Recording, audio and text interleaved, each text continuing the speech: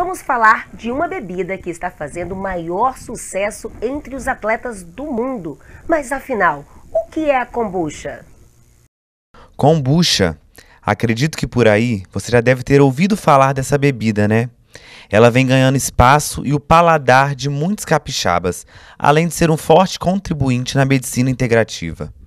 Eu fui conhecer a kombucha em um curso que eu fui fazer com uma personal chef e uma médica integrativa de alimentação líquida, que a gente chama de Detox Day. Eu já trabalhava com sucos detox antes, e aí nesse dia eu fui lá aprender esse processo, e no processo tinha a kombucha enquanto bebida, né, uma das bebidas do dia.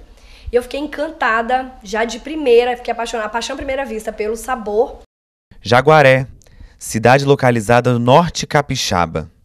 Uma filha de produtores rurais vem se destacando na produção da bebida. Hoje, ela divide com a gente um pouco mais dessa experiência e dos desafios da aceitação do público. Tem, assim, pessoas que fazem boas kombuchas, mas tem gente que prova e fala, Senhor da glória, que trem ruim. Então, assim, ela tem um processo bem delicado. O chá tem que ser feito de boa qualidade, daí a busca também pelo sommelier de chá, porque se eu sei o processo de um bom chá, de uma produção, né, de uma boa infusão, eu consigo fermentar um chá de uma boa qualidade e, consequentemente, uma kombucha de boa qualidade, né? Então tem que ter um processo. Aí foi por isso que eu busquei também conhecimento melhor no chá.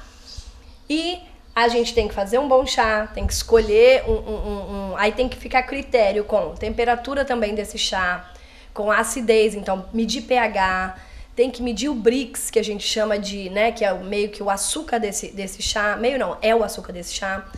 Então a gente precisa controlar tudo isso. O tempo de fermentação é muito importante, porque às vezes ele varia de 7 a 10, 12 dias, mas então a gente tem que ir aí sempre provando, olhando, né, analisando esses lotes para ver como é que tá. E aí sim, o chá tá bom, tá fermentado, aí vamos saborizar. Outro desafio.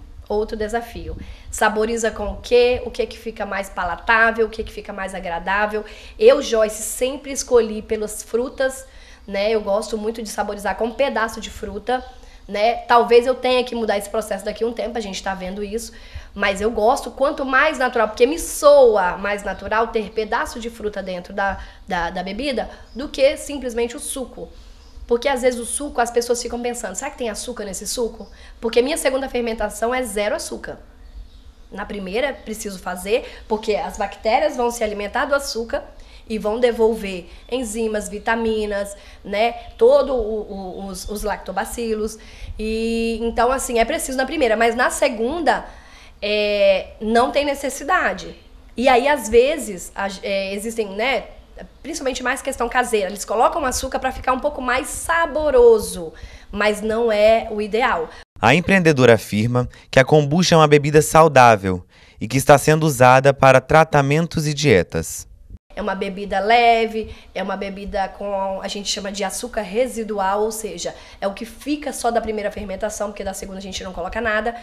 E aí a gente tenta trazer essa bebida um pouco mais leve, um pouco mais suave, para que ela seja bem aceita. Vale ressaltar que a kombucha é a primeira enlatada do norte do estado.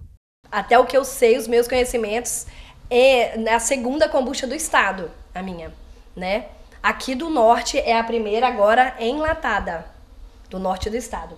Né? E a princípio eu comecei engarrafando em garrafas de vidro, tive essa orientação, e quando veio a pandemia, o vidro ficou muito escasso, ficou muito difícil, e a produção estava acontecendo, as pessoas estavam consumindo, e eu não tinha garrafa para envasar. E aí foi então que eu vi o lado da lata ser mais viável, e eu não ficar sem combustível de vasilhame para trabalhar. Confesso que deu até vontade de experimentar esses sabores.